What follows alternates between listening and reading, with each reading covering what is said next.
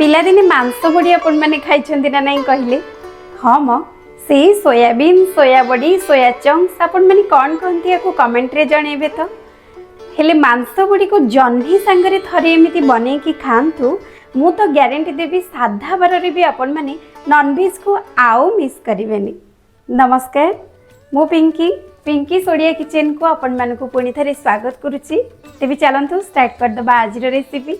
आज रेसिपी देखिपे मुझे दीटा लंबा जह्नी नहीं आम ना प्रथम जह्नी जो धार पार्ट गुड़ी को प्रथम जेकोसी पिलर साहाय्य पनी की साहाय्य धार गुड़ी को एमती चांची नवा तापर जह्नी चोपा को हल्का हल्का चांचीबा। मन रखिए बिल्कुल भी जह्नी सबू चोपा को पूरा चांची देवेनी हल्का हल्का एमती चोपा चांचीबे। रेसिपीटी बहुत बढ़िया बनब। प्रथम जह्नी दीपट साइड को आम एमती काटी नवा आ जह्नी को काटला बेले ना आपण माने साइड रू टिके एमती फास्ट टेस्ट करिनेबे। बेले बेले गोटे गोटे जह्नी खाइबा पई पिता लागे तापर जह्नी को आम एमती टिके मोटा मोटा पीसेस रो करिकी काटी दबा। जह्नी जेतु हमर गोटे सॉफ्ट परिबा आ एमती रे एटा बहुत जल्दी तरकारी रे मिलै जिवो सेति पई जह्नी को टिके एमती मोटा मोटा पीसेस करिकी काटी नेबे। देखि पारथुबे मु सब जह्नी के एठी काटी की गोटे प्लेट रे रखी नेछि। एबे चलंतु आमे जिबा नेक्स्ट प्रोसेस को। एठी देखंतु मु गोटे बाउल रो सोयाबीन नेछि।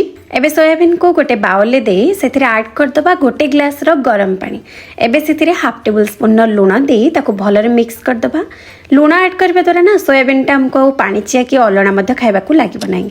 एबे याकू सोक होबा पई हमें 5 ରୁ 7 मिनिट छाड़िबा। एठी देखि पारथुबे मु गोटे बड़ साइज रो आलू को चोपा छडे कि एमती छोट छोट पीसेस करि नेछि। आपण माने चाहिले आलू रो चोपा थाई कि मध्य आलू को काटि कि नै परबे। ए रेसिपी पई तो स्पेशल मसला मु आगो को बनेबी। हेले एबे चलंतु हमें बनेबा गोटे बट्टा मसला। ए बट्टा मसला पई प्रथमे हमें गोटे मिक्स जार रे दीटा कंचा लंका और किछि खंड अदा और कोला रसुण और गोटे कट्टा टमाटो को देई चलंतु गोटे बढ़िया स्मूथ पेस्ट बने दबा। देखि पारथुबे हमर एबे बट्टा मसला हेबे एकदम रेडी। या भितरे देखंतु हमर 5 मिनिट ही गलानी और सोयाबीन भी बहुत भल भाबरे फुली जाइछि।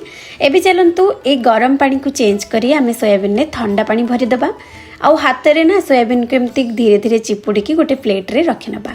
आउ एई सोयाबीन को चिपुड़ला बेले आपण माने टिके ध्यान रो सहित चिपुड़ीबे जेमती ताको हल्का रे चिपुड़ीबे मात्र सोयाबीन रो सबु पानी को एमती भल रे बाहर कर नेबे। देखि पारथुबे एबे सबु सोयाबीन को मु एबे काठी प्लेट रे रखि देइछि। सबु तो एबे हमर ऑलमोस्ट रेडी ही गला। तेबे चलंतु रोसई स्टार्ट करिवा। प्रथमे गोटे पैन ने टिके तेल दे तेल गरम होला परे रखिथिबा आलू को सिथिरे ऐड कर दबा। एबे आलू रे टिके हल्दी और लूण दे ताको भल भाबरे टिके मिक्स करिके फ्राई करबा। आलू रे हल्दी देले ना आलूटा टिके हमर कलरफुल लागि थाए रेसिपी रे। आलू टिके भल भाबरे एमती फ्राई हे गला परे ताको एबे हमें कवर करी आ 2 ରୁ 3 मिनिट जाए आलू को सिजिबा पई छाड़िबा। 2-3 मिनिट परे देखंतु कवर काडी मु देखै दोची आलू बहुत भल भाबरे हमर सिझी जाईची। एबे सबु आलू को चलंतु हमें गोटे प्लेट रे काटी दबा। एबे से बळका तेल रे रखिथिबा सोयाबीन को चलंतु ऐड कर दबा। एबे इथिरे हल्का लूण दे सब को भल रे मिक्स करके सोयाबीन को भाजीबा। ए सोयाबीन ना जेते भल रे भाजी हेबो तरकारी रे खाइबा पई तारो टेस्ट बहुत बढ़िया रहिबो। देखि पारथिबे सब सोयाबीन भल भाबरे भाजी ही गलानी। एबे चलंतु सब सोयाबीन को काढी गोटे प्लेट रे रखि नबा। एबे से पैन ने 2 टेबल स्पून तेल दे दबा। तेल गरम होला परे सेथिरे जीरा ऐड करबा। एबे दीटा कंचा लंका को दे देखंतु मु एठी गोटे बाउल रो पियाज कटा ऐड करूची। ए रेसिपी रे ना टिके पियाज को अधिक परिमाण ने नियंतु रेसिपीटी बहुत बढ़िया बनिबो। एबे पियाज को भल भाबरे मिक्स करिके ताको फ्राई होबा पई छाड़िबा। या भितरे चलंतु आमे आज रो स्पेशल मसला को बने दबा। एठी देखि पारथुबे मु ऑलरेडी आउ गोटे पैन नीची।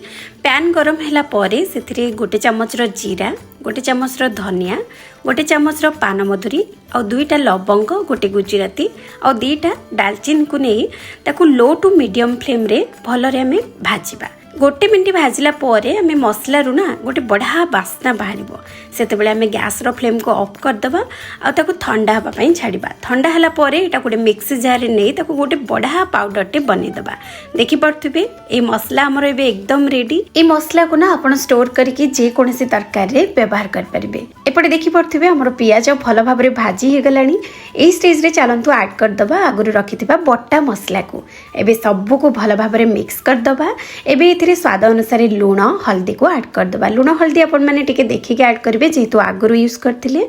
एबे 1 tablespoon chilli powder add करके सबको भल भाव में मिक्स करदे। चलतु एबे ताको आमे कवर करके 2 ରୁ 3 मिनिट जाए कुक करबा। एबे कवर काढ़ी आपण मानको देखि दूची। देखंतु मसला रु तेल भल भाव में बाहर जाइछि और मसला भी हमर एकदम बहुत भल रे फ्राई हो जाइछि। ए स्टेज रे ना आमे आगुरु जो काटिकी जह्नी रखिथिले ऐड करदबा। एबे सबको भल भाव में मिक्स करदबा। जह्नी जेहेतु आमे आगुरु फ्राई कर नथिले और ये मसला संगे जह्नी को मिसई फ्राई कले जह्नीर टेस्टा बहुत बढ़िया रही थाए। एबे चलंतु भल भाव में ताको मिक्स करके फ्राई कर देला परे याको कवर करके आउ 2 ରୁ 3 मिनिट जाए कुक करबा। एबे कवर काढ़ी आपण मानको देखि दूची। देखंतु जह्नी हमर हल्का हल्का एबे नरमी जाइछि और बहुत भल भाव में फ्राई हो जाइछि। एई स्टेज रे आमे ऐड कर दबा आगुरु भाजी रखिथिबा सोयाबीन आ आलू को। एबे सबको पुणी भल भाव में मिक्स करके फ्राई करबा। मन रखिबे ए सोयाबीन आलू को ना आपण सदा बेले लास्ट रे ऐड करिवे, नचेत जदि प्रथम रु जह्नी सहित ऐड करछंती जह्नीटा जल्दी मिले जिवो। एबे ए स्टेज रे ना हमें आगुरु जो बनै की रखिथिले स्पेशल मसला रु 1 चम्मच दे दबा। एबे चलंतु सबको भल भाव में मिक्स करके कसेबा। एठी देखि परथिबे हमर जह्नी सोयाबीन आलू एबे भल भाव में मसला संगे कसी हो जाइछि। चाहिले तो आपण माने को एम्ति खाई परबे, नचेत को टिके जुकजुकिया बनैबा पई एथिरे चलंतु 1.5 ग्लास रो गरम पानी ऐड कर दबा। एथिरे गरम पानी ऐड करबा द्वारा ना ये तरकारी रो कलरटा बहुत बढ़िया रहइबो और हमर ए जो जह्नी सोयाबीन तरकारीटा खाइबा पई ओ पानी चिया लागिबनी। मन रखिबे मसला कसी हे गला परे और बिल्कुल एथिरे ठंडा पानी देबे नहीं। एबे सबको भल भाव में मिक्स कर दबा। गैस रो फ्लेम को मीडियम रे रखी चलंतु एबे कवर करके ताको 4 ରୁ 5 मिनिट जाओ कुक करबा। एबे चलंतु कवर काढ़ी आपण मानको देखै दोची। देखंतु आजिर जह्नी सोयाबीन तरकारी हमर एकदम रेडी। कलर तो एटा बहुत डिलीशियस देखा जाउची, गोटे बहुत बढ़िया बास्ना एथिरु बाहरची। चलंतु एबे गोटे आलू को आमे चेक कर दबा। देखंतु आलू परफेक्ट बहुत बढ़िया से सिझी जाइची। एबे गैस रो फ्लेम को ऑफ कर दबा और किछि कट्टा धनिया पत्र एथिरे ऐड करी सबको मिक्स करी चलंतु सर्व कर दबा आजिर टेस्टी टेस्टी जह्नी सोयाबीन तरकारी। आपण माने घरे थरे निहाती ए रेसिपी को ट्राई करंतु और आपण मानकर अनुभूति को मो सह कमेंट माध्यम रे शेयर करंतु। आजिर वीडियोटी जदि आपण मानकु भल लागि थाए तबे वीडियोटी को लाइक एवं शेयर करंतु। जदि एजे आपण माने मो चैनल को सब्सक्राइब करनांती तबे प्लीज सब्सक्राइब करनियंतु। रहुची पुणी देखा हबा गोटे नुवा रेसिपी सहित।